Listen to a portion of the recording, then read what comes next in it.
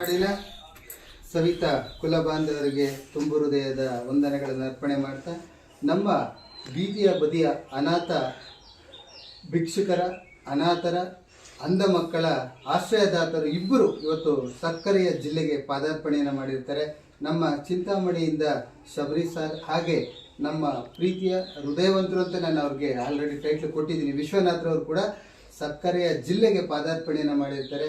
ಕುಲಬಾಂಧವರ ವೇದಿಕೆ ತಂಡದ ರಾಜ್ಯ ಖಜಾನ್ಸಿಯವರು ಬಾಲೂಜಿಯವರು, ಏನು ಸಾಂಸ್ಕೃತಿಕ ಕಲಾ ತಂಡದ ರಾಜ್ಯ ಅಧ್ಯಕ್ಷರು ನಮ್ಮ ಕೊತ್ತತ್ತಿ ಚಲುವರಾಜ್ರವರು, ನಮ್ಮ ಶಬರಿ ಸಾರ್ ಅವರನ್ನು ಈ ಒಂದು ಕ್ಷೌರಿಕ ಸಿರಿ ಕಾರ್ಯಕ್ರಮಕ್ಕೆ ತುಂಬು ಹೃದಯದ ಸ್ವಾಗತ ಸರ್. ತಮಗೆ ಒಂದು ಸಣ್ಣ ಪರಿಚಯ ನೀವು ತಿಳಿಸ್ಕೊಡಿ, ನಿಮ್ಮ ಹೆಸರು, ನಿಮ್ಮ ತಂದೆ ತಾಯಿ ಹೆಸರು ದಯಮಾಡಿ.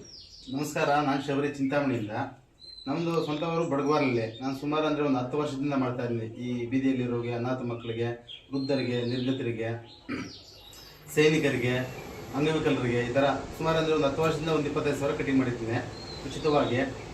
ಇದು ನಮ್ಮ ಸೇವೆ, ನಮ್ಮ ಸವಿತಾ ಕುಲಬಾಂಧವರಿಂದ ಇದು ನನ್ನ ಸೇವೆ.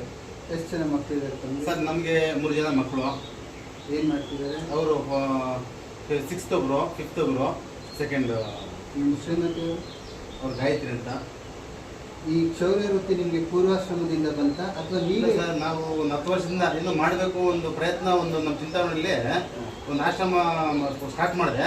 ಇವಾಗ 23 ಆಶ್ರಮ ಇದೆ. 23 ಆಶ್ರಮ ಮ್ಯಾಕ್ಸಿಮಮ್ ಅಂದರೆ ಒಂದು 1300 ಜನಕ್ಕೆ ಮಾಡ್ತಾ ಇದ್ದೀನಿ ಮುಖ್ಯವಾಗಿ.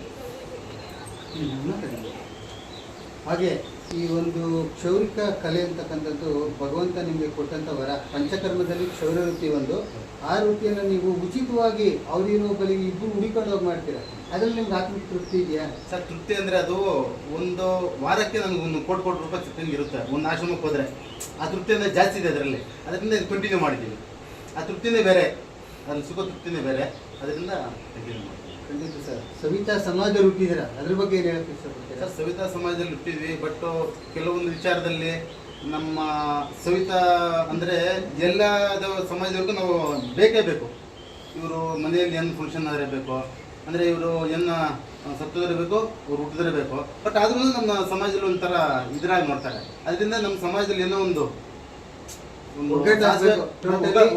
ನಮ್ಮವರನ್ನ ನಾವು ಮೊದಲು ಗೌರವ ಕಲಿಬೇಕು, ನಮ್ಮ ಕುಲದ ನೆಲೆಯನ್ನು ಅರಿಬೇಕು. ಕ್ಷೌರಿಕನಿಗೆ ಕುಲಬಾಂಧವರ ವೇದಿಕೆ ತಂಡದ ಪರವಾಗಿ, ಸಮಸ್ತ ಕರುನಾಡಿನ ಪರವಾಗಿ ಒಂದು ಕಿರು ಸನ್ಮಾನ ನಮ್ಮ ಕಲಾವಿದರು ಒಂದು, ಹಾಗೆ ಬಾಲೂಜಿಯವರು ಅವರಿಗೆ ಸಕಲ ಸೌಭಾಗ್ಯಗಳು ಕರುಣಿಸಿ ಒಂದು ಪುಷ್ಪ ನಮನ. ಯಾಕೆ ನಾವು ಪುಷ್ಪ ನಮನ ಸಲ್ಲಿಸ್ತೀವಿ ಅಂದರೆ ನಮ್ಮ ಧೀಮಂತ ಕ್ಷೌರಿಕನ ಬಾಳು ಹಸನವಾಗಲಿ, ಒಳ್ಳೆಯದಾಗಲಿ, ಅವರಿಗೊಂದು ನೆನಪಿನ